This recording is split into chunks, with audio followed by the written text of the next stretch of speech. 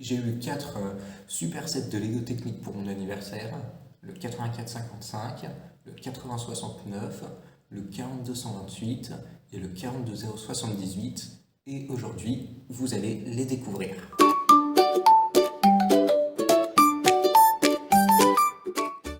Eh bien, bonjour Anaka. Bonjour Iris. Comme tu le disais en début de vidéo, tu as eu 4 sets Lego Technique pour ton anniversaire, c'est bien ça? Ouais. Et du coup, comme j'avais dit que je voulais montrer, je vais commencer là par le premier, et pas des moindres, le 8455. Comment tu fais pour retenir toutes les... Toutes les références? Oui. Je retiens pas toutes, seulement de ceux que j'aime bien. Ok. Enfin, pas que les autres les aiment moins bien, mais c'est juste que ils sont pas aussi intéressants, on va dire. Oui, c'est comme mémoire sélective en fait. Oui, Donc celui-ci, c'est le 480-55. 84-55. Qu'est-ce que je disais? Je vois qu'il rien. Donc celui-ci, c'est ça. Qu'est-ce qu'il a de spécial? Parce que c'est juste une pelleteuse pour l'instant. Justement, en fait, il est spécial parce que lui, il a des fonctions pneumatiques et moi, j'en avais pas du tout, mais j'en voulais beaucoup. C'est quoi le pneumatique, Anaka? Le pneumatique, en fait, c'est avec des vérins à air. Donc, il y a les vérins, les tuyaux, les switches pour savoir si on va envoyer l'air dans cette partie du vérin pour le faire sortir ou dans celle-là pour le faire rentrer. Et le plus important, les pompes. Ok. Donc, c'est pas du tout pareil que les vérins mécaniques. Comme il y en a. Mais c'est le même principe, ça marche de la même façon, on va dire.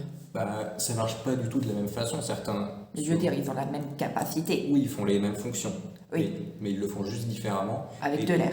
Oui, et ils permettent surtout de pouvoir être placés à des endroits que une transmission mécanique ne pourrait pas atteindre. Comme par exemple un bateau? Non, mais par exemple, là, au bout du bras, ce serait assez compliqué de mettre une transmission mécanique qui serait basée, par exemple, dans le corps et pas directement dans le bras.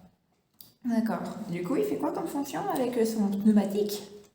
Du coup, il a les deux articulations du bras pour le lever et incliner la pelle. Ok. Il a après des stabilisateurs qui se déploient aussi en pneumatique. Tout est pneumatique en fait. Ouais, ce set-là, en fait, il est très connu parce que c'est le set qui a le plus de pneumatiques. C'est-à-dire le plus. En fait, en termes de vérin et de... ça, c'est des valves. C'est de loin celui qui en a le plus. Et il y en a combien? Il en a 10. Ah oui! Alors que je crois que le deuxième, je crois qu'il en a que 5 environ. Donc oui, il en est vraiment un vent. Ok, c'est 2 fois plus en fait. Ouais. Tu peux aussi monter le bras de la petite pelle derrière? Ouais. Elle est... faut juste par contre se faire au sens de fonctionnement des valves. Ouais. Ah, joli! Ça ressemble un peu à un scorpion. En vrai, un peu.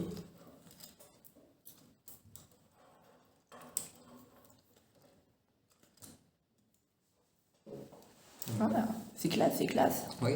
Et en plus aussi, évidemment, il a les... Il a une direction. Oui, ça c'est the truc de base, the fonction de base. Oui, il vaut mieux. Oui. Donc, comment il fonctionne exactement son bras à la pelleteuse? Avec le pneumatique, je veux dire, comment il marche, comment il va faire que chaque chose bouge. Juste avec l'air envoyé dans les vérins, ça va les faire se déployer ou rentrer, et du coup, activer les articulations. Tu peux nous faire une démonstration montrant exactement chaque vérin ce qu'ils font? Oui, par exemple, celui-là, il va permettre d'incliner le godet pour creuser. Ok. Celui-là, c'est l'articulation principale, ça va descendre entièrement ce vérin-là. Ok. Mais par contre, il faut faire un peu attention justement aux interactions entre les vérins parce qu'il peut creuser sous sous le sol. Par exemple, il peut descendre au-dessous de la table s'il est posé sur un bord. Ouais, faut faire gaffe. Et le verre en haut pour le plier en deux. Après, il y a aussi celui-là. Oh, Oui. ça tourne même. Et oui. Et c'est aussi géré par un vérin pneumatique. Il n'y a rien de mécanique là-dedans. Si, il y a quand même un truc mécanique. Ah. Oui, juste pour vous montrer. Je vais rentrer les stabilisateurs. Trop rigolo comment ça tombe. C'est au-dessous, il y a un moteur factice entraîné par l'essieu arrière.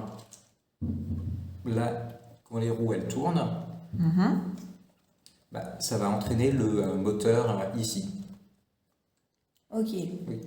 Donc c'est entre guillemets la seule fonction mécanique du set, avec la direction. Et est-ce que ces mouvements ils sont réalistes par rapport à une vraie pelleteuse comme celle-ci? En fait, j'en sais pas grand-chose, mais j'imagine, en fait, je vois pas trop comment est-ce que ça pourrait fonctionner d'autre.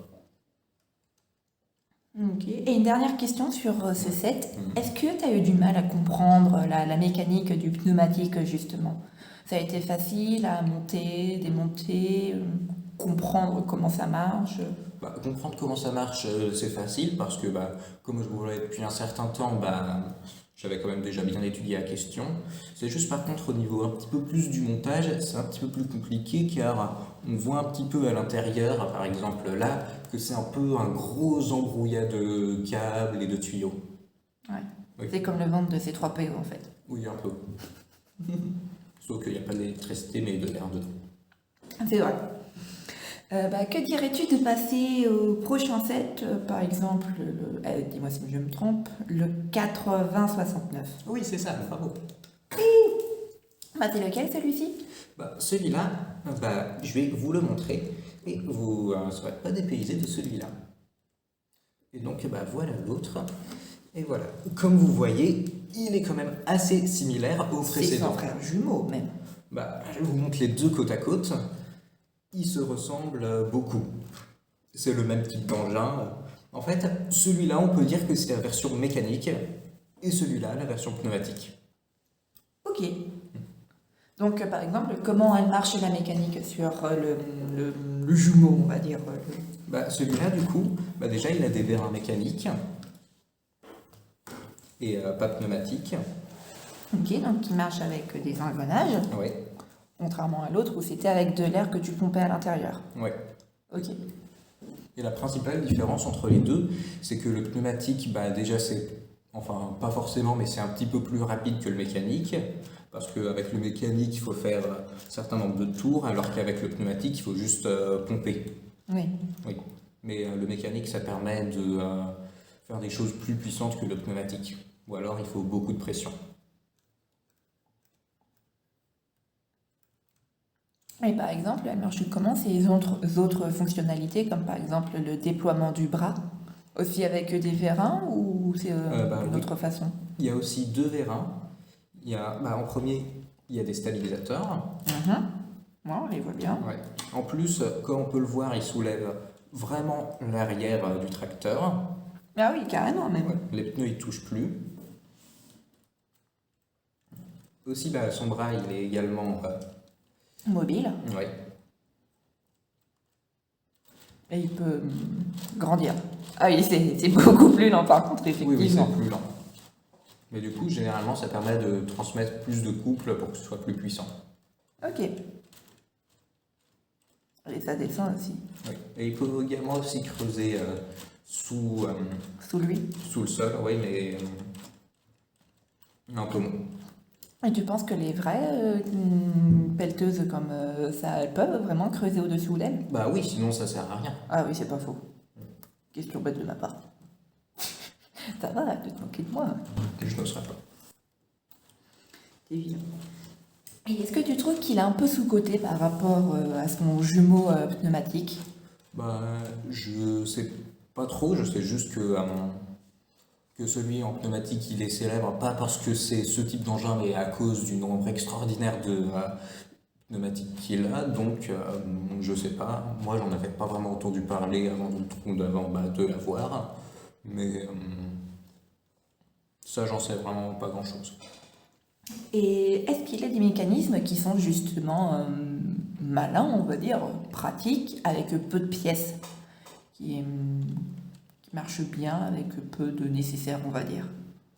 Bah, comme c'est un petit set, bah, oui, ils sont un peu tous comme ça, ils marchent bien sans beaucoup de pièces. C'est sûr, oui. Oui. Et une dernière question, on va passer à la suite. Est-ce que c'est le genre de set, lui et son camarade pneumatique, que tu conseillerais par exemple à un ado de ton âge qui voudrait débuter avec les Lego techniques? Est-ce que c'est des modèles faciles, avec de grosses guillemets, pour commencer? Euh, Bah, peut-être déjà plus celui-là que l'autre. La mécanique plutôt? Ouais, parce que bah, déjà le pneumatique, bah, tu vois pas trop un peu comment ça fonctionne les engrenages et bah, les engrenages c'est quand même il y a plus de sets avec des engrenages que de sets avec du pneumatique Ouais, c'est sûr. et aussi même si on parle juste on va dire niveau prix celui-là il est beaucoup plus abordable que l'autre. Ok. Oui, de loin. Anaka, mon timer m'informe que la vidéo commence à être un petit peu longue. Ouais, bah du coup moi ce que je propose de faire c'est que bah, on se retrouve dans la partie 2 Ok, bah super. et bah bientôt dans la partie 2. Ciao, ciao.